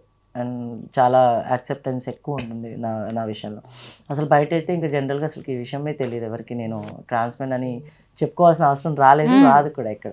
అదనమాట. మీ ఆవిడ వంట బాగా చేస్తుందా? చాలా బాగా చేస్తుంది. ఈ ఆవిడలో నచ్చేది ఏంటి మీకు? అంటే వంట విషయంలోనా, లేకపోతే అన్ని మొత్తం విషయాల్లో తన బాగా ఓవర్ పొసెసివ్, అది నాకు నచ్చుతుంది కొన్నిసార్లు. నా మనిషి, నా వాడు, ఇంకా అది చాలు కదా. నిజమే మరి. ఎందుకంటే ఇంట్లో వాళ్ళ దగ్గర నుంచి అవన్నీ మనం వదిలేసుకొని వస్తాం కదా. మనం ఆ కేర్ అంతా, అంటే ఇంట్లో కూడా నన్ను బాగానే చూసుకున్నారు. బట్ ఇది ఇలా మారడం వల్ల మా ఇంట్లో వాళ్ళకి నేను కొంచెం నా గురించి ఆలోచించుకోకూడదు, వాళ్ళ గురించి కూడా మనం ఆలోచించాలి అప్పుడప్పుడు. ఎందుకంటే సొసైటీ నాకు నచ్చినట్టు నేను బతకాలనుకున్నప్పుడు వాళ్ళకు కూడా వాళ్ళు నచ్చినట్టు బతికే ఇది మనం ఇవ్వాలి. వాళ్ళని బాధ పెట్టకూడదు కదా. సో అదంతా ఇప్పుడు మా అమ్మ నన్ను బాగా చాలా కేర్ చేసి, మనం ఏదైనా చేస్తే ఇంకా తప్పని ఒకటి కొట్టి అది ఇలా చేయకు అలా చేయకు అని అమ్మ వాళ్ళు అంటారు. అదే నా భార్య అయితే ఎందుకు నేను కోప్పడాలి అని నాకు ఒక ఫీల్ వస్తుంది అంతే. నేనేమి అలా అని చెప్పి నువ్వు ఇలాగే ఉండు అలా ఉండని నేను తను చెప్పను, తను నాకు చెప్పదు. ఓన్లీ ఒక్క విషయం ఏంటంటే నేను ఎక్కడ చేయి జారిపోతానేమో అనే ఒక భయం తప్ప ఇంకేం ఉండదు. చాలా బాగా ఇచ్చేస్తుంది. వంట అయితే ఇంక చెప్పాల్సిన అవసరం లేదు, ప్రతి ఒక్క. అండ్ ఓపెన్గా చెప్పాలంటే నాకు ఎక్కువ లాస్ట్ ఇయర్ నేను హెల్త్ బాగోక నా సర్జరీస్ అయినప్పుడు కూడా నేనేమి ముందు మారిపోలేదు. నా జర్నీని కూడా తను చూసింది. తను వచ్చిన తర్వాతే నాకు అన్ని సర్జరీస్ అయ్యాయి. నన్ను చూసుకొని ఒక పిల్లోళ్ళ దగ్గర పెట్టుకొని తనే ఆయింట్మెంట్స్ రాసి దగ్గర చూసుకొని అసలు అవన్నీ చేసింది. సో అలాంటప్పుడు నేను తను అసలే వదులుకోవాలని అనుకోలేదు. అంతగా అన్నీ చూసి ఈరోజు మారిపోయానని ఎవరో వచ్చి నాకు ఫ్లడ్ చేసి నన్ను లవ్ చేసి నువ్వు ఇంత బాగున్నావు, అబ్బాయి ఎంత బాగున్నావు, నీలాగే వెళ్ళారని. ట్రాన్స్ కమ్యూనిటీలో చాలామంది ఉంటారు, బయట కూడా చాలామంది ఉంటారు. కానీ నేను అంటే ఇంక అప్పుడప్పుడే నాకు గడ్డం మీసాలు వస్తున్నాయి, నాకు ఇంకే సర్జరీస్ కాలేదు. ఆ టైంలో వచ్చింది తను. అప్పుడు వచ్చి నా జర్నీ అన్నిటికీ తన ముందే నా అన్ని సర్జరీస్ అయ్యాయి. తను చూసుకుందంటే నేను తన్ని ఇప్పుడు వదులుకోవడం కరెక్ట్ కాదనిపించింది, అందుకే వెయిట్ చేశాను. ఆరోహి, అసలు మీరెవరు? చూడ్డానికి అసలు బుట్ట బొమ్మలాగా 16 అణాల తెలుగు అమ్మాయి లాగా ఎంత చక్కగా ఎంత అందంగా ఉన్నారో. మీరు ఒక ట్రాన్స్ విమెన్ అనే విషయం మీరు చెప్తే తప్ప తెలిసేలాగా లేదు. చాలా మీ వెబ్ సిరీస్లో కూడా చాలా మంది గుర్తుపట్టకపోవచ్చు మిమ్మల్ని చూసిన వాళ్ళు కూడా. అసలు మీరెవరు, మీ పేరేంటి, డెడ్ నేమ్ ఏంటి, ఇలా మిమ్మల్ని మీరు మార్చుకోవాలని ఏ వయసులో ఎందుకు అనిపించింది? నేను చిన్నప్పటి నుండి నాకు ఊహ తెలిసిన క్షణం నుంచి నేను అమ్మాయిలానే ఉండాలనుకున్నా. నాకు ఎక్కువ బాయ్స్ ఫ్రెండ్స్ లేరు. బాయ్స్ నా పక్కన కూర్చున్నా నచ్చదు, నన్ను ముట్టుకున్నా నచ్చదు నాకు. ఎందుకంటే నేను అమ్మాయినే అని నా మైండ్లో ఫిక్స్ అయిపోయినాను కాబట్టి ఇది నాకు నచ్చదు. బట్ అమ్మ ఛాన్సాలు కొడుతూ ఉండేది, తిడుతూ ఉండేది, అలా ఉండు ఇలా ఉండు, అబ్బాయిలా ఉండడానికి ప్రయత్నించు అంటే నాతో ఎలా అవుతుంది? నేను చాలాసార్లు అబ్బాయిలా నటించడానికి ప్రయత్నించా, కానీ నటిస్తున్నానేమో అన్న ఫీల్, అంతేగాని నాకు నిజంగానే అబ్బాయిలా ఉండడం అనేది నాతో కాలేదు. కాబట్టి నేను నా 14 years అప్పుడు నాకు కమ్యూనిటీ పరిచయం అయ్యారు. పరిచయం అయిన తర్వాత నేను బ్రెస్ట్ ఇంప్రూవ్ కోసం ఇంజెక్షన్స్ వేసుకున్నాను. నేను క్లాసికల్ డ్యాన్స్ చేసేది చిన్నగా ఉన్నప్పుడు. ఆ ప్రోగ్రామ్స్కి వెళ్ళినప్పుడు ఒక 3 days ప్రోగ్రామ్ ఉంటే నాకు 4 days ప్రోగ్రామ్ ఉందని చెప్పి ఒకరోజు బాగా అక్కడ స్పెండ్ చేసి నేను చీర కట్టుకొని నాకు నచ్చినట్టుగా బొట్టు పూలు అవన్నీ పెట్టుకొని నేను సరదాగా అక్కడ ఉండి నెక్స్ట్ రోజు ఇంటికి వెళ్ళిపోయేదాన్ని. అప్పుడు నాకు బ్రెస్ట్ ఇంప్రూవ్ నేను బాగా చిన్నగా ఉన్నాను కాబట్టి చాలా ఇంప్రూవ్ అయింది. అది నా దురదృష్టమో అదృష్టం అనుకోవచ్చు, దురదృష్టం అనుకోవచ్చు. అది బాగా ఇంప్రూవ్ అయిపోయింది. మా ఫ్రెండ్స్ నుంచి చాలా నాకు చూటిపోటి మాటలు అట్లాంటివన్నీ వస్తూ ఉంటాయి. ఓన్లీ మాటల వరకే ఉన్న వాళ్ళు చేతల్లో కూడా చూపించడం, ఇది నిజమా కాదని టచ్ చేయడం అట్లాంటివి నేను తీసుకోలేకపోయాను. ఎందుకంటే నేను అమ్మాయిగా అనుకున్నప్పుడు, వాళ్ళు నన్ను ముట్టుకున్నప్పుడు నాకు అదొక నరకంగా అనిపించేది. అసలు నేను ఎంత పెద్ద తప్పు చేశాననే ఫీలింగ్ వచ్చేది. అట్లాంటివన్నీ నాకు జరిగినాయి. పేరెంట్స్ కి తెలుసా మీరు ఇంజెక్షన్స్ తీసుకుంటున్నారనే పేరెంట్స్ కి తెలియదు, బట్ మా అమ్మ చాలాసార్లు బాధపడేది, ఆపరేషన్ చేయించాలి తొందరగా, ఇది ఎందుకు ఇలా జరిగింది, నేను ఇవరికి ఇలా అంటున్నారు కాలనీలో, కానీ ఇలా ఎందుకు జరిగింది అని ఇంతవరకు మా మమ్మీకి తెలియదు. ఇది చూసిన తర్వాత అర్థమవుతుంది ఆ రోజు ఎందుకు తనకు అలా జరిగిందని. సారీ అమ్మ, నేనైతే కావాలని చేయలేదు, నా ఫీల్ అట్లాంటిది, బట్ అలా జరిగిపోయింది. ఆ క్షణం అనుకున్నాను నేను, ఇక నాకు 10th అయిపోయిన తర్వాత ఇంటర్లో జాయిన్ చేశారు. ఇక నేను ఒక్క క్షణం కూడా అక్కడికి వెళ్ళినా చదవాలని ఇంట్రెస్ట్ నాకు కూడా ఉండేది, బట్ అక్కడికి వెళ్ళిన తర్వాత అక్కడ కూడా నాకు అవే అవమానాలు జరిగేసరికి ఇక నేను ఇది నా లైఫ్ కాదు, ఇది నా ప్రపంచం కాదని కమ్యూనిటీలోకి వచ్చేసి. ఆ తర్వాత మళ్ళీ పేరెంట్స్ తో మళ్ళీ మాట్లాడాను, పేరెంట్స్తో మాట్లాడాను. అమ్మ నాకు ఇట్లా ఉండడం ఇష్టము, మీరు యాక్సెప్ట్ చేయగలుగుతారా, మీరు యాక్సెప్ట్ చేస్తారా అని చాలాసార్లు ఫోన్ చేశాను. వద్దు, నువ్వు అబ్బాయిలా ఉండడానికి అయితేనే ఇంటికి రా అని చెప్పడం జరిగింది. ఆ తర్వాత నేను సర్జరీ అయిన తర్వాత ఒకరోజు కాల్ చేశాను, అమ్మ నేను ఇట్లా పూర్తిగా అమ్మాయిలా మారిపోయాను, మీరు ఓకే అంటే నేను ఇదే బట్టల మీద వస్తాను, కానీ నన్ను ఇలా బ్రతకనివ్వండి అమ్మ అని చెప్పి చాలాసార్లు బ్రతిలా అన్నాను. అమ్మ ఒకటే మాట చెప్పింది, నువ్వు చచ్చిపోయినాం అనుకున్నాం, మేము స్నానం చేస్తున్నాం, పెట్టేసే ఫోన్. నాన్న ఎక్కువ రెస్పాన్స్ అవ్వకపోయేది అప్పుడు. తను ఎక్కువ మాట్లాడడానికి, ఎవరైనా తండ్రి కొడుకుగా చూసిన తండ్రి ఒకేసారి తన కొడుకు ఇలా అయిపోయాడని మాటలు కానీ కావచ్చు, వాళ్ళ పద్ధతి కానీ కావచ్చు, వాళ్ళ ఫ్రెండ్స్ ఏమైనా అనే విధానమైన కావచ్చు, అది ఎవరైనా ఒక తండ్రి తీసుకోలేడు కదా అని నేను అనుకున్నాను. మేబీ అందుకే తను సరిగా మాట్లాడకపోయేవాడేమో. మా డాడీ నేను క్లాసికల్ డ్యాన్స్ వెళ్తా ఉంటే కూడా మా అమ్మ చెప్పింది, వద్దొద్దు, ఆ క్లాసికల్ డ్యాన్స్ అంటే కాటుక పెట్టుకోవాలి, లిప్స్టిక్ పెట్టుకోవాలి, వాడి ప్రవర్తనలో చాలా చేంజింగ్గా ఉంది, వద్దు అని చెప్తే మా డాడీ అనుకున్నాడు నా కొడుకు కమలా హాసన్ అంతా ఎత్తు ఎదిగితే చాలు అని అనుకున్నాడు. అట్లా ఫీల్ అయ్యాడు మా డాడీ. కానీ సారీ డాడీ, నేను ఇలా అయిపోయాను. సిబ్లింగ్స్ ఉన్నారా, అక్కలు తమ్ముళ్ళు? నాకు తమ్ముడు, ఒక చెల్లికి మ్యారేజ్ అయిపోయింది. చెల్లి మ్యారేజ్లోనే నన్ను వాళ్ళు యాక్సెప్ట్ చేయడం జరిగింది. కొన్ని రోజులు తమ్ముడి ఇష్యూ తోటి నేను ఇంటికి వెళ్ళలేదు, ఎందుకంటే తన ఫ్రెండ్స్ కూడా ఉంటారు, మనం కూడా కొన్ని అర్థం చేసుకోవాలి. తన ఫ్రెండ్స్ ఏంట్రా మీ అన్న ఇలా అయిపోయాడా అలా అయిపోయాడా అని ఒక చిన్న మాటలు ఉంటాయి కాబట్టి మేబీ తను అందుకే నన్ను దూరం ఉంచాడేమో అనుకుంటాను. మా తమ్ముడికి కాకపోతే నేనంటే చాలా ఇష్టం. ఇప్పుడు పూర్తి స్థాయిలో అమ్మాయిగా మారిపోయిన తర్వాత అమ్మ ఏమంటుంది ఇలా చూసి? అమ్మ హ్యాపీగానే ఉంది. ఇప్పుడు నన్ను అమ్మ ఇంట్లో అందరికంటే తొందర యాక్సెప్ట్ చేసేది అమ్మ ఒక్కటి. బాగా మెచ్యూర్డ్ మైండ్, నాకైతే హ్యాపీగా అనిపిస్తుంది. ఎందుకంటే తన విషయంలో కూడా నేను తనకి షేర్ చేసినప్పుడు, నువ్వు ఎలా ఉన్నా హ్యాపీగా ఉంటే చాలు, నిన్ను ఎవరైతే హ్యాపీగా చూసుకుంటున్నారో అని నీకు అనిపిస్తే వాళ్ళతో ఉంటే నేను హ్యాపీ. ఎందుకంటే ఇన్ని రోజుల మన దూరానికి నేను ఏ సమాధానం చెప్పలేను నీకు, కానీ నువ్వు తనతో ఉంటే మాత్రం నాకు హ్యాపీ అని చెప్పడం జరిగింది. ఎందుకు అంటే మా అమ్మకి బాగా మెచ్యూర్డ్ మైండ్, బాగా నేను తనకు చెప్పిన విషయాన్ని తొందరగా యాక్సెప్ట్ చేయగలుగుతుంది, దాన్ని తొందరగా అర్థం చేసుకోగలుగుతుంది. అందుకే నేను ఏ చిన్న విషయమైనా అమ్మకి షేర్ చేస్తాను. ఫస్ట్ మీరు ఇలా అమ్మాయిగా మారడం, పెళ్లి చేసుకోవడం, అల్లుడు రావడం, ఇప్పుడు ఏమంటుంది అమ్మ? అమ్మ ఫుల్ హ్యాపీ, ఎందుకంటే తనంటే మా ఇంట్లో చాలా ఇష్టం. మా తమ్ముడికి కానీ, మా డాడీకి కానీ, మా మమ్మీకి కానీ చాలా ఇష్టం తనంటే. తననే నేను పెళ్లి చేసుకుంటా అని వాళ్ళు అనుకోలేదు, ఎందుకంటే మధ్యలో మాకు గొడవ అయింది, డిస్కషన్ చాలా ఎక్కువ అయిపోయింది. తనతో మాట్లాడొద్దు మీరు ఎవరని చెప్పి నేనే వాళ్ళ ఫోన్ నెంబర్ తీసుకొని బ్లాక్ చేయడం జరిగింది. వాళ్ళకైతే ఇప్పుడు తనని నేను పెళ్లి చేసుకుంటున్నా అని చెప్పినప్పుడు వాళ్ళైతే ఫుల్ ఖుష్. ఇంకా చేసుకునేదాకా కూడా వాళ్ళకి నమ్మకం లేదు, చేసుకున్న తర్వాత మాత్రం ఇంకా హ్యాపీ. మీరు చెప్పండి విమల్, మీ డెడ్ నేమ్ ఏంటి? ఇంతకు మీ డెడ్ నేమ్ ఏంటో చెప్పాలి, అసలు మీ పేరేంటి, మీరు అమ్మా నాన్న పెట్టిన పేరేంటి? నేను అది చెప్పాలనుకోవట్లేదు, ఎందుకంటే మళ్ళీ ఇది చూసిన తర్వాత వాళ్ళు నన్ను అదే పిలవడం జరుగుతుంది బయట. కాబట్టి పాత ఫ్రెండ్స్ ఎవరైనా గుర్తుపడుతుంటారా? గుర్తుపడతా ఉంటారు, పాత ఫ్రెండ్స్ గుర్తుపడతా ఉంటారు. అదే నేను పిలిచినా కూడా లేదు నన్ను ఇట్లా పిలవండి అని చెప్పి చెప్తా ఉంటారు. ఇష్టం లేదు అసలు అది తెలుసుకోవడం కూడా. ఆ క్యారెక్టర్ ని మీరు పాతేసారు, వెళ్ళిపోయింది ఆ క్యారెక్టర్. ఆ క్యారెక్టర్ లోకి నేను వెళ్ళాలనుకోవట్లేదు. ఆ క్యారెక్టర్ వైజ్ గా ఏదైనా విషయాలు నా ముందుకు వచ్చినా దాన్ని తీసుకోవడానికి నేను రెడీగా లేను. కాకపోతే వాళ్ళు మనల్ని ట్రీట్ చేసినప్పుడు దాన్ని నేను తీసుకుంటాను. ఎందుకు అంటే మనం ఫస్ట్ అక్కడి నుంచి వచ్చాం కాబట్టి, మనం ఎక్కడి నుంచి వచ్చినామో దాన్ని మర్చిపోకూడదు. కాబట్టి నేను ఇప్పుడు నన్ను ఇలా పిలవండి, నాకు ఇలా ఇష్టం అని చెప్పుకుంటాను అంతవరకే. ఆరోహి అనే పేరు ఎందుకు సెలెక్ట్ చేసుకున్నారు మరి మీరు? ఆరోహి అనే పేరు నాకు నార్మల్గా ఆ పేరు అంటే చాలా ఇష్టం. మా గురువు పెట్టింది, బాగా ఇష్టంగా తను పెట్టుకుంది నాకు ఆరోహి. నేను చెప్పాను అన్నమాట, అత్తయ్య నాకు ఆరోహి పేరు అంటే బాగా ఇష్టం. ఫస్ట్ నా పేరు నైసి, ఈ ఫీల్డ్లోకి వచ్చినప్పుడు నైసి నా పేరు, కానీ అది ముద్దు పేరుగా అందరు నైసి నైసి నైసి నైసి అట్లా అయిపోయింది. అది జస్ట్ ఏదో ముద్దు పేరు లాగుంది, నువ్వు ఒక మంచి పేరు పెడతానులే అని చెప్పి చెప్పడం జరిగింది మా అత్తయ్య. తర్వాత ఆమె చెప్పింది, ఇట్లా ఆరోహి బాగుంటుంది, బాగుంది పేరు, ఇది పెడితే నీకు బాగా సెట్ అవుతుంది. తర్వాత నాకు ఆరోహి ఆరోహి తర్వాత ఇన్స్టాలో బాగా కొంచెం ఫేమస్ అయిపోయినాను నేను. ఆరోహి అట్లా నడుస్తూ ఉంది. ఆరోహి ఎర్రా అంటే ఇప్పుడు తెలియని వాళ్ళు ఎవరు లేరు మ్యాక్సిమం. యూట్యూబ్లో కొట్టిన ఆరోహి ఎర్రా అని వస్తుంది. ఓ గ్రేట్. చాలా వీడియోలు వస్తాయి నాకు. మీరు చెప్పండి విమల్, ఒక అబ్బాయిగా పుట్టారు, ఆ తర్వాత ఇలాగా అమ్మాయిగా పుట్టారు. మీరు చూసారా, నేనే కన్ఫ్యూజ్ అయిపోతున్నాను. అమ్మాయిగా పుట్టి అబ్బాయిగా మారారు. నిజంగా అన్ని లక్షణాలు కూడా అబ్బాయిలాగా మీరు కరెక్ట్, పర్ఫెక్ట్. మీరు డెసిషన్ కూడా మీది కరెక్ట్ లాగే ఉంది. ఏ ఊరు మీది? ఎందుకు ఇలా మారారు? ఎందుకు అనేది అసలు క్వశ్చనే కాదు. నేను ఇలాగే ఉన్నాను, ఇలాగే పుట్టాను అనుకుంటా. కొంచెం చిన్నప్పుడు నార్మల్గా మనం పెరిగేటప్పుడు చూడండి, ఇంట్లో వాళ్ళు బట్టలు మగపిల్లలకి ఆడపిల్లలు బట్టలు వేస్తారు, అలానే ఫీల్ అయ్యాను నా ఏజ్ నాకు తెలిసిన తర్వాత వరకు కూడా. నేను పుట్టింది శ్రీకాకుళం, పెరిగిందంతా అంటే జస్ట్ అమ్మమ్మ వాళ్ళు అక్కడ ఉండే కాబట్టి అక్కడ పుట్టాను, పెరిగిందంతా హైదరాబాదే. సో నాకు చిన్నప్పటి నుంచి అబ్బాయిలాగే ఫీలింగ్స్ ఉండే. ఇంట్లో మా మదర్ వాళ్ళ జనరేషన్లో అందరి తర్వాత ఆడపిల్లగా పుట్టింది నేను అప్పట్లో.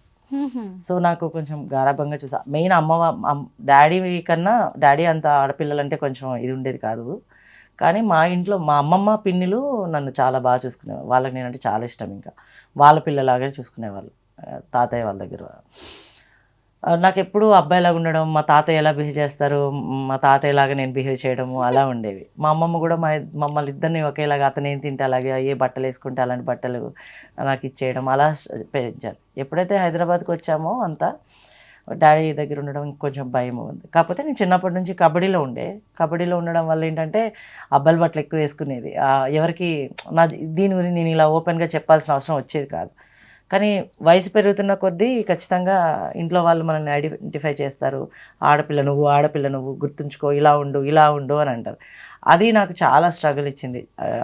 ఆ స్ట్రగుల్ నుంచి రావడం చాలా టైం పట్టింది. ఇంట్లో వాళ్ళతో దెబ్బలు తినాల్సి వచ్చింది.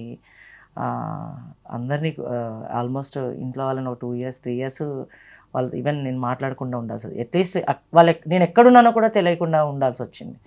ఎందుకంటే నేను 16 yearsకి 17 yearsకే ఇంటి నుంచి బయటకు వచ్చాను. నాకు 18 years రాకుండా నేను ఎక్కడ గట్టిగా మాట్లాడలేను.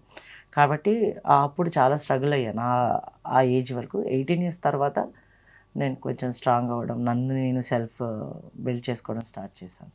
మొత్తం ఇంట్లో మా డాడీ అప్పట్లో చెప్పాను కదా, ఆడపిల్లలు ఇలాగే ఉండాలి. మా కాలనీ మొత్తం మీ అమ్మాయి ఇలా తిరుగుతుంది, ఎప్పుడు అబ్బాయిలతో తిరుగుతుంది, ఎప్పుడు అబ్బాయిలతో క్రికెట్, ఎప్పుడు ఏదో బాల్ వెళ్ళి ఎవరింటికైనా తగిలేది, లేకపోతే ఏదైనా ఎక్కడ నవ్వేది, వేరే పిల్లలకి దెబ్బలు తగులుతాయి కదా ఆడేటప్పుడు.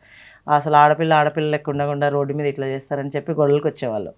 ఇంకా అలా ఎక్కువ మా డాడీ బాగా కొట్టేవారు నన్ను, అసలు విపరీతంగా కొట్టేవాళ్ళు. అసలు ఆ దెబ్బలు తిని ఇప్పటికీ నొప్పి వస్తాయి. ఏదైనా గుర్తొస్తే ఇప్పటికీ నొప్పి వస్తాయి. అన్ని దెబ్బలు తిన్నాను మా నాన్నగారితో అయితే. సో కానీ మా ఇంట్లో మా పేరెంట్స్ అందరికీ నా గురించి తెలుసు, నా గురించి తెలుసు, కానీ యాక్సెప్ట్ చేయలేదు. కానీ ఫస్ట్ ఇంకా మా నాన్నగారు చనిపోయే ముందు ఈ విషయాలన్నీ నేను ఇంకా అతనితో మాట్లాడడం మీద అతనే ఫస్ట్ యాక్సెప్ట్ చేశారు.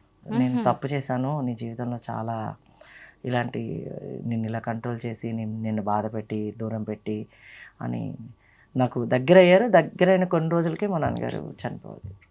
సో ఇంకా బట్ స్ట్రగుల్స్ అన్నీ అయిపోయాయి. ఏమో అవన్నీ చూడడం వల్ల ఇప్పుడు కొంచెం హ్యాపీగా ఉన్నానేమో. ఎందుకంటే అప్పట్లో నాకు ఏం లేదు, చదువు లేదు, ఉద్యోగం లేదు, చాలా కష్టపడుకుంటూ వచ్చాను. 18 years 2000, ఇప్పుడు 33 years నాకు.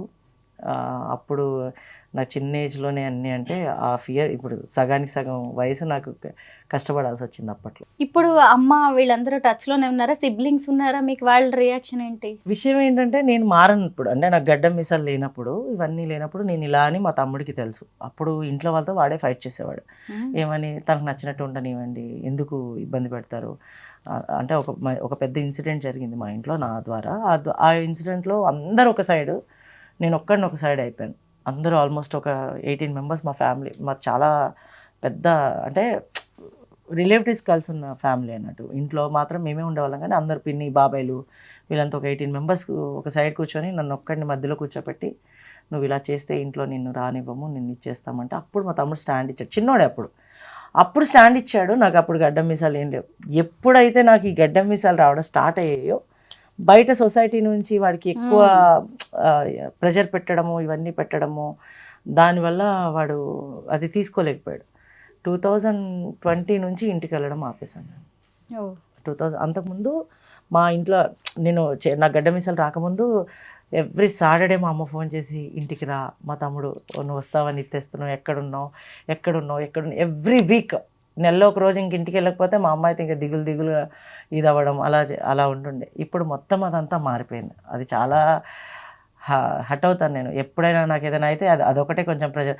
మా తమ్ముడు ఎలా అంటే ఇప్పటికీ మా పిన్ని చెప్తుంది, మా అమ్మ చెప్తారు. వాడు చాలా చిన్న, నాకన్నా ఒక 5 years చిన్న. సో నేను స్కూల్ తొందరగా ఆపేసాను, చదువుకోలేదు. 7th class చదువుకున్నాను నేను ఈ జెండర్ ఇష్యూస్ వల్ల. అయితే ఆపేస్తే నేను చిన్నప్పటి నుంచే ఉద్యోగం చేయడానికి స్టార్ట్ చేశాను కదా, 1500 జీతం అలా వచ్చేది. వాడికి నేను స్కూల్కి వెళ్ళినప్పుడు ఇది కావాలా అది కావాలి, 1500 జీతం వస్తే ఫస్ట్ వాడిని రెస్టారెంట్ తీసుకెళ్ళి వాడికి తినిపించాలి, వాడికి ఏం కావాలో కొనించాలని అన్నీ చేస్తుండే నేను. అయితే ఇప్పుడు వాడు పెద్దోడయ్యాడు బాగా. వాడు సంపాదించిన డబ్బులతో నాకు ఏదైనా చేయాలంటే నేను దగ్గర లేదని వాడు బాగా బాధపడతాడు. అంటే వాడి ఉద్దేశంలో నేను ఒక అక్కగా ఉంటాను కదా, ఇంత చేశాను. కానీ ఎప్పుడు నేను ఇలా మారినప్పుడు ఎప్పుడు కూడా నన్ను అక్క అని పిలవలేదు. నా షార్ట్ కట్లో ఇంట్లో అందరూ ఇమా అని పిలుస్తారు నన్ను. ఇమా అనే పిలుస్తారు. ఇంత చేశాను, ఇప్పుడు ఇమా లేదు, అసలు తినడానికి లేదు, అలా అని బాధపడతాడు. ఇప్పటికీ బాధపడతాడు. కానీ సొసైటీ వల్ల వాడు నన్ను దగ్గర తీసుకోలేకపోతున్నాను. విమల్, మామూలుగా ట్రాన్స్ విమెన్కి జరిగే సర్జరీస్ ఏంటి అనేది నాకు కొంత ఐడియా ఉంది. బట్ ట్రాన్స్ మ్యాన్కి జరిగే సర్జరీస్ నాకు తెలీదు. అంటే గడ్డాలు మీసాలు రావడానికి, అలాగే వాయిస్ మారడానికి, అలాగే ఇంకా మగ లక్షణాలు, మగ అవయవాల కోసం సర్జరీస్ చేయించుకుంటారా? సేమ్ ప్రాసెస్ ఉంటుంది. వాళ్ళకు ఒక ఎలా అయితే ఉంటుందో కొంచెం మాకు టిపికల్గా ఉంటాయి కొన్ని సర్జరీస్ వల్ల. మేము కొంచెం ఎక్కువ టైం తీసుకుంటాము, ఎక్కువ ఇదవుతుంది. కాకపోతే యాజ్ ఇట్ ఈజ్ మాకు ఈ గడ్డ మీసాలు రావడానికి హార్మోన్స్ ఉంటాయి. దీనికి ఏమి సర్జరీస్ ఏం చేయించుకోము మేము. కాకపోతే మిగతావన్నీ కూడా సర్జరీస్ చేయించుకోవడం. సేమ్ యాజ్ ఇట్ ఈజ్ ఒక అబ్బాయి ఎలా అయితే కంప్లీట్ బాయ్ లాగా ఉంటారో అలాగే ఉంటాం. ఓపెన్గా చెప్పాలంటే ఒక పిల్లల్ని మాత్రం ఇంకా అనలేం, కానీ మిగతా అదంతా కూడా same as it is boy ఎలా ఉంటారో అలాగే ఉంటాం. ఈ వైఫ్ని మీరు ఏమని పిలుస్తారు? ఎక్కువ అయితే నాన్న లేకపోతే అమ్మ అని పిలుస్తాను. ఓ, మీ ఆయన ఏమంటారేంటి? నేను ఎక్కువ నాన్న అని పిలుస్తా. ఈ మధ్య కొత్తగా అబ్బాయి అని పిలుస్తున్నా. స్టేటస్ లో మాత్రం యాపిల్ పెట్టుకుంటా తన కోసం. ఏంటి ఇద్దరి ఫ్యూచర్ ప్లాన్స్ ఏంటి? ఆరోహి, ముందు మీరు చెప్పండి. నా ఫ్యూచర్ ప్లానింగ్ యాక్టర్ కావాలి అని. అది కూడా బెస్ట్గా వస్తేనే వెళ్తాను. ఇప్పుడున్న జనరేషన్ ఎట్లా ఉంది అంటే యాక్టర్ అనగానే కమిట్మెంట్ అట్లాంటివన్నీ కాకుండా నాకంటే ఒక మంచి ఛాన్స్ వచ్చినప్పుడు దాన్ని నేను ప్రూవ్ చేసుకోగలుగుతాను. ఒకవేళ ఛాన్స్ రాకపోయినా ఇప్పుడిప్పుడే నేను ఛానల్ పెట్టుకున్నాను. దానిలో నేను ఏంటో ప్రూవ్ చేసుకునే టైం వచ్చింది అని నాకు అనిపించింది. నేను ఖచ్చితంగా ప్రూవ్ చేసుకుంటాను. మా ఆయన్ని బాగా చూసుకోవాలి, బాగా చూసుకుంటాను. మీరేమనుకుంటున్నారు విమల్? నాదైతే ప్రెసెంట్లీ అంటే ఈ 6 నెలల గ్యాప్లో చాలా ప్లాన్స్ మారిపోయాయి కొంచెం. ఎందుకంటే నేను ఈ బ్రేకప్ సిచ్యువేషన్లో కొంచెం బాగా డిస్టర్బ్ అయ్యాను. డిస్టర్బ్ అవ్వడం, వర్క్ మీద ప్రెషర్ ఎక్కువ పెట్టుకున్నాను. సో ఒకవేళ ఇన్ కేస్ తను ఈ సంవత్సరం నా దగ్గర రాకపోతే ఇంకా నేను ఇండియా నుంచి, నాకు అంజలి రిమి అని చెప్పి యుఎస్లో ఉంటుంది, తను అక్కడే సెటిల్డ్, అంతా అక్కడే ఉంటారు.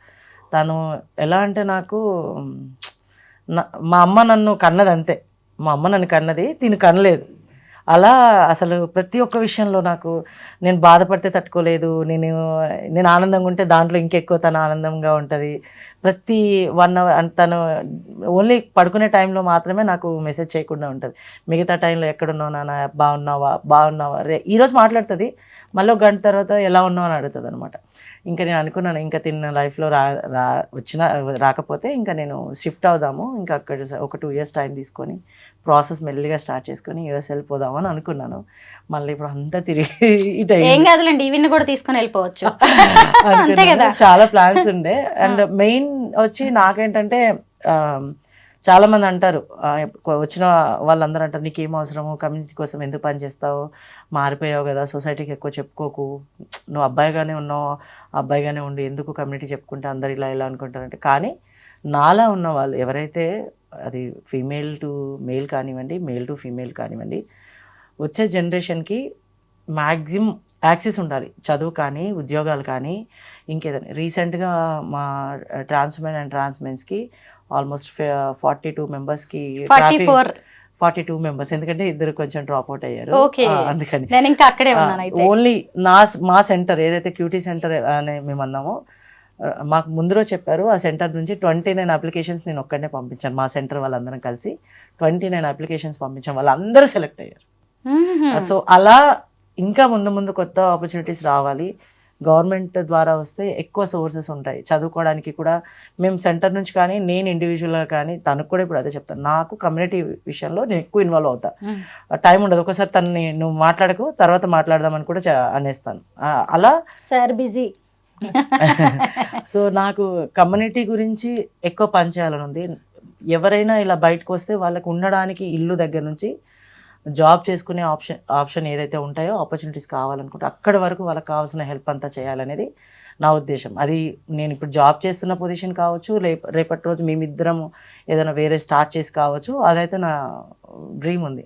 ఎప్పుడూ ఎవరికి ఏం లేదు అనకుండా చూడాలి అనేది నా ఉద్దేశం. ఈ మధ్య తెలంగాణ గవర్నమెంట్ అపాయింట్ చేసిన ట్రాఫిక్ వాలంటీర్స్ ఎవరైతే ఉన్నారో ట్రాన్స్జెండర్స్, వీళ్ళ సెంటర్ నుంచి వచ్చిన వాళ్ళే, మన విమల్ తయారు చేసిన వాళ్ళే. అయితే ఈ సందర్భంగా నేను ఒక్క క్వశ్చన్ అడగాలి, ఎందుకంటే నేను రీసెంట్గా రచన ఇంటర్వ్యూ చేసినప్పుడు అందులో ఒకళ్ళు కామెంట్ పెట్టారు, ట్రాన్స్జెండర్స్లో ముస్లిమ్స్ క్రిస్టియన్స్ కూడా ఉంటారా అనేది. అంటే చూసారా ఎంత అవగాహన రాహిత్యం అని కనిపిస్తోంది. ఎందుకంటే దీన్ని అవగాహన రాహిత్యం అని కూడా అనలేను నేను దీన్ని, అంటే తెలియట్లేదు ట్రాన్స్జెండర్స్ గురించి. వీళ్ళు మనుషులే, కులం మతంతో దీనికి సంబంధం లేదు అనేది. మీరు ఏం చెప్తారు విమల్? అన్నీ ఈ క్యాస్ట్ లేకపోతే క్రిస్టియానిటీ, హిందూయిజం అనేది నార్మల్గా జనరల్గా అన్నిట్లో ఉంటుంది. కాకపోతే with in the community, transgenders కమ్యూనిటీలో దీంట్లో ఎక్కడ కూడా మేము ఇది అని చాలామంది చెప్పుకోరు. ఏదైతే ఇప్పుడు ట్రాన్స్ ఉమెన్ సిస్టమ్ ఉంటుంది కదా, అందులో ముస్లిం పద్ధతులు ఉంటాయి అండ్ హిందూ పద్ధతులు ఉంటాయి. కానీ మేమందరం ఒక జెండా కిందకి వచ్చినప్పుడు మేమందరం ఒకటేనే ఎక్కడ చెప్పుకుంటాం. మేము క్యాస్ట్ కానీ ఇవన్నీ మేము ఇదని ఎక్కడ మెన్షన్ చెప్పాం. ఇండివిజువల్గా ఇప్పుడు నేను హిందూ, నాకు ఎక్కువ దేవుడిది, నేను క్రిస్టియానిటీకి ఇచ్చేస్తాను. తను కూడా అలాగే, వాళ్ళ ఇంట్లో ఇప్పుడు ఓన్ సిస్టర్ అండ్ బావ వాళ్ళిద్దరు క్రిస్టియన్స్ అలా అని చెప్పి తను కాదు. అలా అన్నిట్లో ఉంటాయి. కానీ విత్ ఇన్ ద కమ్యూనిటీ ఏంటంటే మేము అందరం ఒకటే అని చెప్పుకుంటాం, కానీ మా కులం పెద్ద, మీ కులం పెద్ద అని ఎప్పుడూ మా కమ్యూనిటీలో రాదు. ఇది ఒక్కదానికి మాత్రం నేను చెప్తాను. ఇక్కడ కూడా ఒక గొప్ప విషయాన్ని మనం గుర్తించాలి. ఇంకా మనం కులం మతం అని మాట్లాడుకుంటున్నాం, కానీ అర్ధనారీశ్వరులకి ప్రతీకగా చెప్పుకునే వీళ్ళల్లో అలాంటివి ఏం లేవు. ఇది ఇంకా గొప్ప విషయం. మీ ఇద్దరితో మాట్లాడుతుంటే అసలు టైమే తెలియట్లేదు. మొత్తానికైతే మీ ఫ్యూచర్ నా కళ్ళ ముందు కనిపిస్తోంది. బాగుండాలి, థ్యాంక్ యూ. అందరితో మంచి అనిపించుకోవాలి, ఇంకొక 10 మందికి మీరు ఆదర్శంగా మారాలి. ఎలా అయితే ట్రాన్స్ మ్యాన్గా, ట్రాన్స్ విమెన్గా మీరిద్దరూ ఇలా ఎంతమందికి ఇన్స్పిరేషన్గా మారారో, ఒక కపుల్గా, భార్యాభర్తగా, ముసలోళ్ళు అయ్యే వరకు కొట్టుకోండి తిట్టుకోండి అవని, లేకపోతే భార్యాభర్తలు కానే కారు, విడాకులు అలాంటి అక్కడ వరకు మాత్రం అస్సలు వెళ్ళదు. 10 సార్లు అయిపోయినాయి. భార్యాభర్తగా మాత్రం తీసుకోవద్దు. లవర్స్ గా ఎన్నిసార్లు అయినా తీసుకోవచ్చు, ఎన్నిసార్లు అయినా కలవచ్చు. బట్ మీరు ఎంతో మందికి ఇప్పుడు ఇన్స్పిరేషన్ గా మారారు. మీరు వేసే ప్రతి అడుగుని అందరూ గమనిస్తూ ఉంటారు. ఈరోజు మీ ఇద్దరు పెళ్లి చేసుకుంటే నేను ఇంటర్వ్యూకి ఎలా పిలిచానో, రేపు విడిపోయినా కానీ మీరు అంతమందికి సమాధానం చెప్పాల్సి వస్తుంది. మీ చుట్టూ జరుగుతున్న పరిణామాలని కూడా చూశారు. ట్రాన్స్జెండర్స్ మీద ఇప్పటికే చాలా అపోహలు, రకరకాలైన భయాందోళనలు అన్ని నెలకొని ఉన్నాయి. వాటిని పోగొట్టడంలో మీరిద్దరు ప్రధాన పాత్ర పోషించాలని నేను కోరుకుంటున్నాను. నాకు ఇంత వాల్యుబుల్ టైం ఇచ్చినందుకు ముందుగా మీ ఇద్దరికి thanks. Thank you so much.